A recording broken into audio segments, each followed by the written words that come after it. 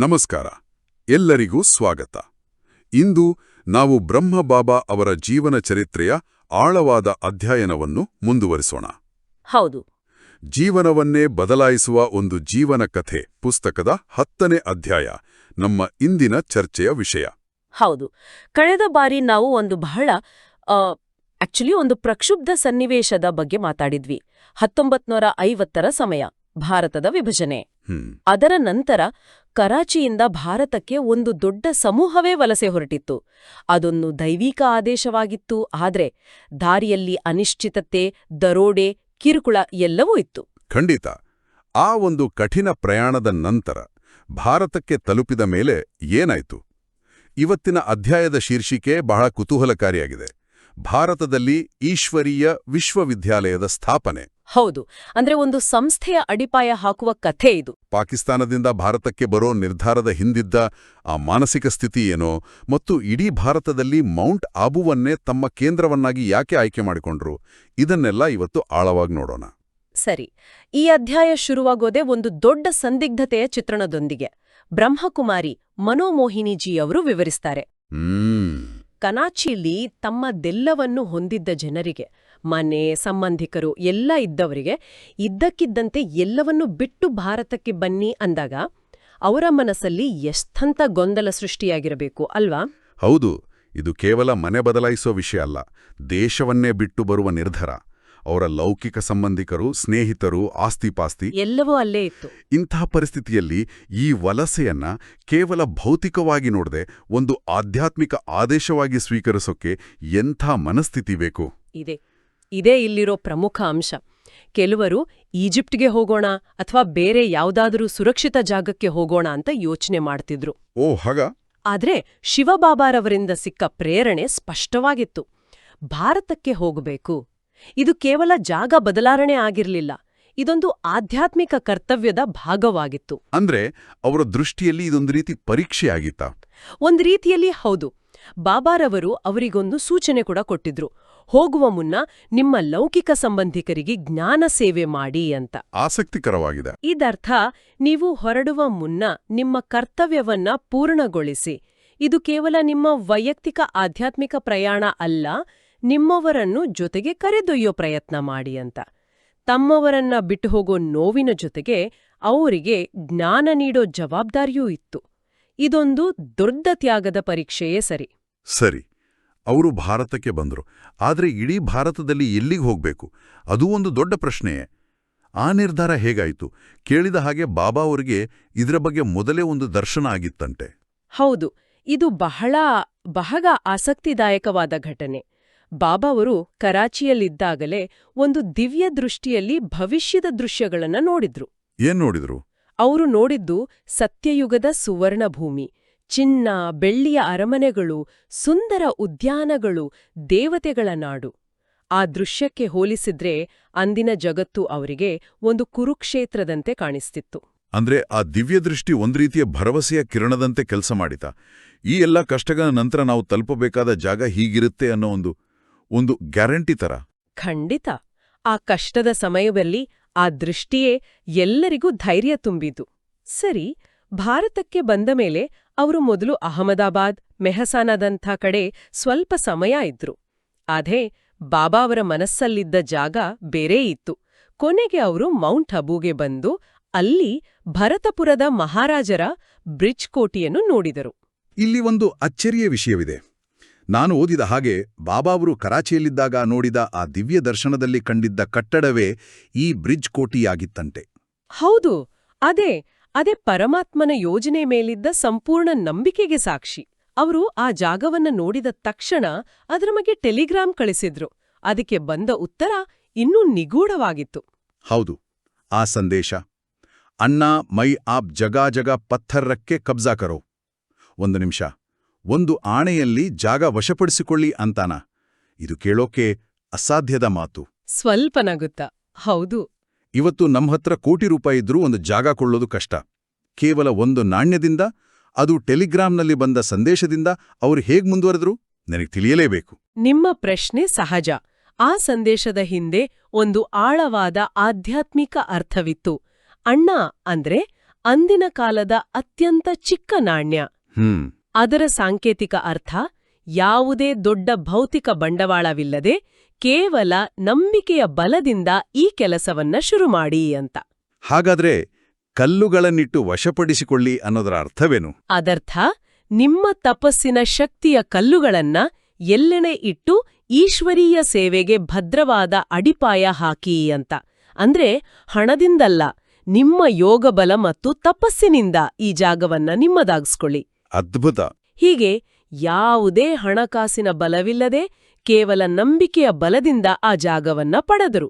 ಆದ್ರೆ ಜಾಗ ಸಿಕ್ರೆ ಸಾಕಾಗಲ್ವಲ್ಲ, ಅಲ್ಲಿ ಒಂದು ಹೊಸ ಜೀವನವನ್ನ ಕಟ್ಬೇಕಿತ್ತು. ಹೌದು, ಅದೇ ನನ್ನ ಮುಂದಿನ ಪ್ರಶ್ನೆ. ಒಂದು ಹೊಸ ಜಾಗದಲ್ಲಿ ಯಾವುದೇ ಸೌಲಭ್ಯಗಳಿಲ್ಲದ ಸಮಯದಲ್ಲಿ ಅಡಿಪಾಯ ಹಾಕೋದು ಅಂದ್ರೆ ಅದು ಕಠಿಣ ತಪಸ್ಸಿನಂತೆ ಇರಬೇಕು. ಅವರ ದಿನಚರ್ಯೆ ಹೇಗಿತ್ತು? ಖಂಡಿತ ಆ ಜೀವನವನ್ನ ತಪಸ್ವಿಮಯ ಅಂತಲೇ ಕರಿಬೇಕು.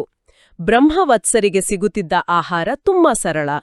ಕೆಲವೊಮ್ಮೆ ಕೇವಲ ದಪ್ಪ ರೊಟ್ಟಿ ಮತ್ತು ತರಕಾರಿ ಅಷ್ಟೇನಾ? ಅಷ್ಟೇ. ಫ್ಯಾಷನ್ ಅಥವಾ ಅಲಂಕಾರದ ಬಗ್ಗೆ ಯಾರಿಗೂ ಆಸಕ್ತಿಯೇ ಇರಲಿಲ್ಲ. ಸ್ವತಃ ಬ್ರಹ್ಮಬಾಬಾ ಅವರೇ ಒಂದು ಸಾಮಾನ್ಯ ಧೋತಿ ಧರಿಸ್ತಿದ್ರು. ಅವರ ಗಮನವೆಲ್ಲ ಒಂದೇ ಕಡೆ ಇತ್ತು. ಈಗ ಶಿವಬಾಬಾರನ್ನ ನೆನಪಿಸಿಕೊಳ್ಳಿ, ನಾವು ಮುಕ್ತಿಧಾಮಕ್ಕೆ ಹೋಗಬೇಕು. ಅಂದ್ರೆ ಭೌತಿಕ ಆಹಾರ ಮತ್ತು ಸೌಕರ್ಯಗಳ ಕೊರತೆ ಇದ್ರೂ ಅವರ ಆತ್ಮ ತೃಪ್ತವಾಗಿತ್ತು ಅಂತಾಯ್ತು. ಹೌದು, ಯಾಕೆಂದ್ರೆ ಅವರ ಆತ್ಮಕ್ಕೆ ಬೇರೆಯೇ ಆಹಾರ ಸಿಗುತ್ತಿತ್ತು. ಅದೇ ಮುರಳಿ. ಮುರಳಿ ಅಂದ್ರೆ ಶಿವಬಾಬಾರವರು ಬ್ರಹ್ಮಬಾಬಾ ಅವರ ಮೂಲಕ ನೀಡುವ ದೈನಂದಿನ ಜ್ಞಾನ. ಭೌತಿಕ ಊಟಕ್ಕಿಂತ ಈ ಆಧ್ಯಾತ್ಮಿಕ ಜ್ಞಾನವೇ ಅವರಿಗೆ ಹೆಚ್ಚಿನ ಶಕ್ತಿ ಕೊಡ್ತಿತ್ತು. ಅದಕ್ಕಾಗಿ ಅವರು ಯಾವಾಗ್ಲೂ ಒಂದು ಹಾಡನ್ನ ಹಾಡ್ತಿದ್ರು. ಯಹ ಸಂಗಮ್ ಕಾ ಸ್ವರ್ಣಿಮ್ ಯುಗ್ ಹೈ, ಶಿವ್ ಬಾಬಾ ಫಿರ್ಸೆ ಆಯಾ ಹೈ. ಇದು ಸಂಗಮದ ಸುವರ್ಣ ಯುಗ, ಶಿವಬಾಬಾ ಮತ್ತೆ ಬಂದಿದ್ದಾರೆ. ಆ ಹಾಡೇ ಅವರ ಸಂಕಲ್ಪದ ಶಕ್ತಿಯಾಗಿತ್ತು. ಖಂಡಿತ. ಈ ಹಂತದಲ್ಲಿ ಬ್ರಹ್ಮಬಾಬಾರವರ ವ್ಯಕ್ತಿತ್ವದ ಬಗ್ಗೆ ಸ್ವಲ್ಪ ಮಾತಾಡೋಣ. ನಾಯಕತ್ವದಲ್ಲಿ ಸಾಮಾನ್ಯವಾಗಿ ಅಹಂಕಾರ ಬರೋದು ಸಹಜ. ಆದ್ರೆ ಇಲ್ಲಿ ಇಡೀ ಸಂಸ್ಥೆಯನ್ನೇ ಮುನ್ನಡೆಸ್ತಿದ್ರೂ ತಮ್ಮನ್ನ ಸೇವಕ ಅಂತ ಕರೆದುಕೊಳ್ಳೋದು, ಇದು ಒಂದು ವಿಶಿಷ್ಟ ನಾಯಕತ್ವದ ಶೈಲಿ. ಹೌದು, ಖಂಡಿತವಾಗಿಯೂ. ವಿಶ್ವಕಿಶೋರ್ಜಿ ಎಂಬುವವರು ಒಮ್ಮೆ ಬಾಬಾವರನ್ನ ಕೇಳಿದ್ರಂತೆ, ನೀವು ಈ ಸಂಸ್ಥೆಯ ಕಾರ್ಯದರ್ಶಿಯೇ ಅಂತ. ಅದಕ್ಕೆ ಬಾಬಾ ಏನ್ ಹೇಳಿದ್ರು? ಅದಕ್ಕೆ ಬಾಬಾ ಕೊಟ್ಟ ಉತ್ತರ, ಇಲ್ಲ, ನಾನು ಬ್ರಹ್ಮವತ್ಸರ ಒಬ್ಬ ಚಿಕ್ಕ ಸೇವಕ. ಎಂಥ ನಿರಹಂಕಾರ! ಅವರ ತಮ್ಮನ್ನ ಎಂದಿಗೂ ಕರ್ತ ಅಂತ ಭಾವಿಸಲಿಲ್ಲ. ನಾನು ಕೇವಲ ಒಂದು ಮಾಧ್ಯಮ, ಒಬ್ಬ ಟ್ರಸ್ಟಿ, ಎಲ್ಲವನ್ನೂ ಮಾಡಿಸ್ತಿರೋದು ಶಿವಬಾಬಾ ಎಂಬ ಭಾವನೆಯಲ್ಲೇ ಇದ್ರು. ಈ ನಾಯಕತ್ವದ ಶೈಲಿ ಅನುಯಾಯಿಗಳಲ್ಲಿ ಯಾವ ರೀತಿಯ ಭರವಸೆಯನ್ನು ಮೂಡಿಸಿರಬಹುದು? ಇದು ಅವರಲ್ಲಿ ಅಪಾರವಾದ ನಂಬಿಕೆಯನ್ನ ಹುಟ್ಟಿಸಿತ್ತು. ನಾಯಕನೇ ನಿರಹಂಕಾರಿಯಾಗಿದ್ದಾಗ ಹಿಂಬಾಲಕರಲ್ಲಿ ಸೇವಾಭಾವನೆ ತಾನಾಗೇ ಬರುತ್ತೆ. ಇದಲ್ಲದೆ ಬಾಬಾ ಅವರ ಇನ್ನೊಂದು ದೊಡ್ಡ ಶಕ್ತಿಯಂದ್ರೆ ಡ್ರಾಮಾದ ಮೇಲಿನ ಅವರ ಅಚಲ ನಂಬಿಕೆ. ನೀವು ಡ್ರಾಮಾದ ಮೇಲೆ ಅವರಿಗಿದ್ದ ಅಚಲ ನಂಬಿಕೆ ಬಗ್ಗೆ ಹೇಳಿದ್ರಿ. ಈ ಡ್ರಾಮಾ ಅನ್ನೋ ಪರಿಕಲ್ಪನೆಯನ್ನ ಸ್ವಲ್ಪ ವಿವರಿಸಬಹುದೇ? ಇದು ಕೇವಲ ವಿಧಿ ಅಥವಾ ಹಣೆಬರಹ ಅಂತನಾ, ಅಥವಾ ಇದಕ್ಕೇನಾದ್ರೂ ಆಳವಾದ ಅರ್ಥವಿದೆಯಾ? ಒಳ್ಳೆ ಪ್ರಶ್ನೆ. ಡ್ರಾಮಾ ಅಂದ್ರೆ ಕೇವಲ ವಿಧಿ ಅಲ್ಲ. ಇದು ಒಂದು ಪೂರ್ವ ನಿಗದಿತ ಚಕ್ರದಂತೆ ಪುನರಾವರ್ತನೆಯಾಗುವ ವಿಶ್ವನಾಟಕ ಅಂತ ನಂಬಿಕೆ. ಇದರಲ್ಲಿ ಪ್ರತಿಯೊಂದು ಆತ್ಮಕ್ಕೂ ತನ್ನದೇ ಆದ ಪಾತ್ರವಿದೆ. ಎಲ್ಲವೂ ಕಲ್ಯಾಣಕಾರಿಯಾಗೇ ನಡೆಯುತ್ತೆ ಅನ್ನೋ ದೃಢ ವಿಶ್ವಾಸ. ಓ ಸರಿ.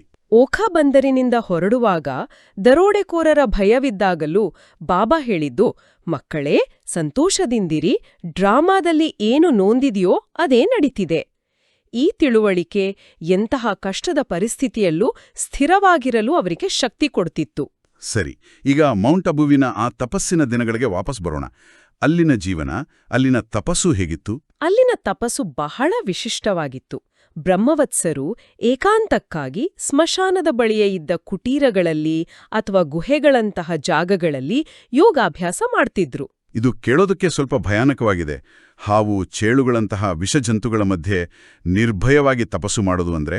ಹೌದು, ಆದ್ರೆ ಅವರ ಯುದ್ಧ ಬಾಹ್ಯ ಶತ್ರುಗಳೊಂದಿಗಿಂತ ಹೆಚ್ಚಾಗಿ ಆಂತರಿಕ ಶತ್ರುಗಳೊಂದಿಗಿತ್ತು. ಅಂದ್ರೆ ನಮ್ಮೊಳಗಿನ ಕಾಮ, ಕ್ರೋಧ, ಲೋಭ, ಮೋಹದಂತಹ ವಿಕಾರಗಳ ಮೇಲೆ ವಿಜಯ ಸಾಧಿಸೋದು. ಕಾಮವೆಂಬ ಶತ್ರು, ಕ್ರೋಧವೆಂಬ ಶತ್ರು ಒಂದೊಂದಾಗಿ ಸೋಲಿಸ್ತಿದ್ದೇವೆ ಅಂತ ಅವರು ಹಾಡ್ತಿದ್ರು. ಆತ್ಮವಿಜಯದ ಪುರುಷಾರ್ಥ. ನಿಖರವಾಗಿ.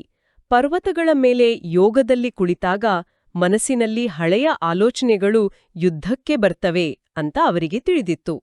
ಆದ್ರೆ ಈಶ್ವರೀಯ ನೆನಪಿನ ಶಕ್ತಿಯಿಂದ ಅವರು ವಿಜಯಿಗಳಾಗುತ್ತಿದ್ರು. ಈ ಕಠಿಣ ತಪಸ್ಸು ಮತ್ತು ಅಕ್ಕರೆಯ ಪಾಲನೆ ಇವೆರಡರ ಸಮತೋಲನ ಬಹಳ ಆಸಕ್ತಿದಾಯಕವಾಗಿದೆ. ಸಾಮಾನ್ಯವಾಗಿ ಆಧ್ಯಾತ್ಮಿಕ ಮಾರ್ಗದಲ್ಲಿ ಕಠಿಣತೆಗೆ ಹೆಚ್ಚು ಒತ್ತು ಕೊಡಲಾಗುತ್ತೆ. ಆದರೆ ಇಲ್ಲಿ ಪ್ರೀತಿಯ ಪಾಲನೆಯೂ ಅಷ್ಟೇ ಮುಖ್ಯವಾಗಿತ್ತು. ಅದ್ಭುತವಾದ ಪ್ರಶ್ನೆ. ಕೇವಲ ಕಠಿಣತೆ ಇದ್ರೆ ಆಧ್ಯಾತ್ಮಿಕತೆ ಶುಷ್ಕವಾಗಬಹುದು. ಬಾಬಾರವರಿಗೆ ಅದು ತಿಳಿದಿತ್ತು.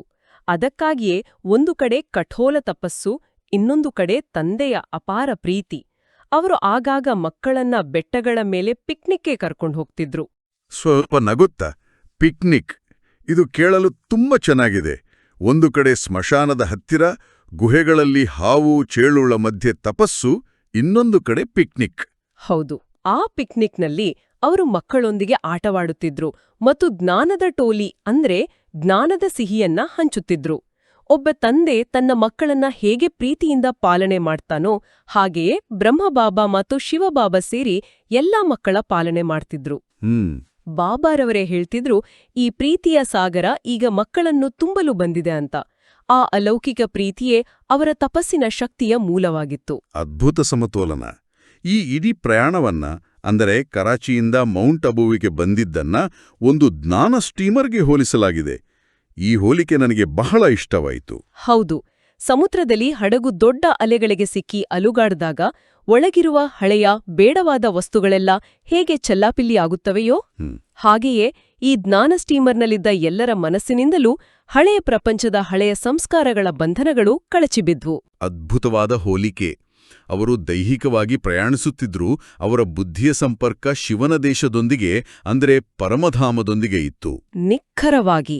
ಹಾಗಾಗಿ ಇದು ಕೇವಲ ದೇಹ ಅಭಿಮಾನದಿಂದ ಆತ್ಮ ಅಭಿಮಾನಿ ಸ್ಥಿತಿಯ ಕಡೆಗಿನ ಒಂದು ಆಂತರಿಕ ಪ್ರಯಾಣವೂ ಆಗಿತ್ತು. ಹೌದು, ಅವರು ತಮ್ಮ ಜೀವನಕ್ಕೆ ಒಂದು ಹೊಸ ಉನ್ನತ ಗುರಿಯನ್ನ ಕಂಡುಕೊಂಡಿದ್ರು. ಅವರ ಬುದ್ಧಿಯ ಸಂಪರ್ಕ ಶಿವಬಾಬಾರೊಂದಿಗೆ ಸಂಪೂರ್ಣವಾಗಿ ಬೆಸೆದುಕೊಂಡಿತ್ತು.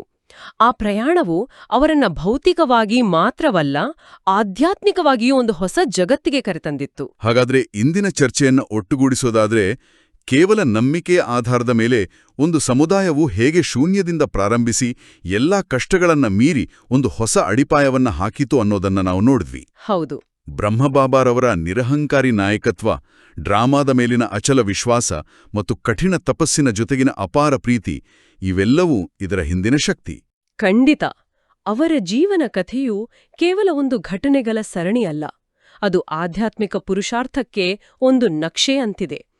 ಪರಿಸ್ಥಿತಿ ಎಷ್ಟೇ ಕಠಿಣವಾಗಿರಲಿ, ಪರಮಾತ್ಮನ ಮೇಲೆ ಸಂಪೂರ್ಣ ನಂಬಿಕೆ ಇದ್ರೆ ಅಸಾಧ್ಯವೆನಿಸುವುದು ಸಾಧ್ಯವಾಗುತ್ತೆ ಅನ್ನೋದಿಕ್ಕೆ ಅವರ ಜೀವನವೇ ಒಂದು ಪ್ರಾಯೋಗಿಕ ಉದಾಹರಣೆ.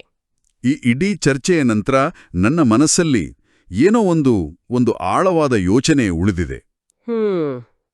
ಹೇಳಿ. ಅಲ್ಲ, ಬ್ರಹ್ಮಬಾಬಾ ಮತ್ತು ಬ್ರಹ್ಮವತ್ಸರು ಭೌತಿಕವಾಗಿ ಕರಾಚಿಯನ್ನ ಬಿಟ್ಟು ಮೌಂಟ್ ಅಬುವಿನಲ್ಲಿ ತಮ್ಮ ಮನೆಯನ್ನ ಸ್ಥಾಪಿಸಿದರು. ಹೌದು. ನಾವು ನಮ್ಮನ್ನೇ ಕೇಳ್ಕೋಬೇಕು, ನಮ್ಮ ಮನಸ್ಸಿನಲ್ಲಿರೋ ಆ ಕರಾಚಿ ಯಾವುದು? ಹಾ, ಬಹಳ ಬಹಳ ಆಳವಾದ ಮಾತು. ನಮ್ಮ ಹಳೆಯ ಅಭ್ಯಾಸಗಳು. ಹೌದು, ನಮ್ಮ ಹಳೆಯ ನೋವಿನ ಸಂಸ್ಕಾರಗಳು ಅಥವಾ ವ್ಯರ್ಥ ಸಂಕಲ್ಪಗಳೇ ನಮ್ಮ ಕರಾಚಿ ಆಗಿರ್ಬೋದು ಅಲ್ವಾ? ಖಂಡಿತ. ಆ ಹಳೆಯ ಪ್ರಪಂಚವನ್ನ ನಾವು ಮನಸ್ಸಿನಿಂದ ಸಂಪೂರ್ಣವಾಗಿ ತ್ಯಜಿಸಬೇಕಾಗಿದೆ. ಆಗ ಮಾತ್ರ ನಮ್ಮ ಬುದ್ಧಿಯನ್ನ ಮೌಂಟ್ ಅಬುವಿನ ಮೇಲೆ, ಅಂದ್ರೆ ಏಕಾಗ್ರತೆ ಮತ್ತು ನೆನಪಿನ ಉನ್ನತ ಶಿಖರದ ಮೇಲೆ ಸ್ಥಿರವಾಗಿ ಸ್ಥಾಪಿಸೋಕೆ ಸಾಧ್ಯ.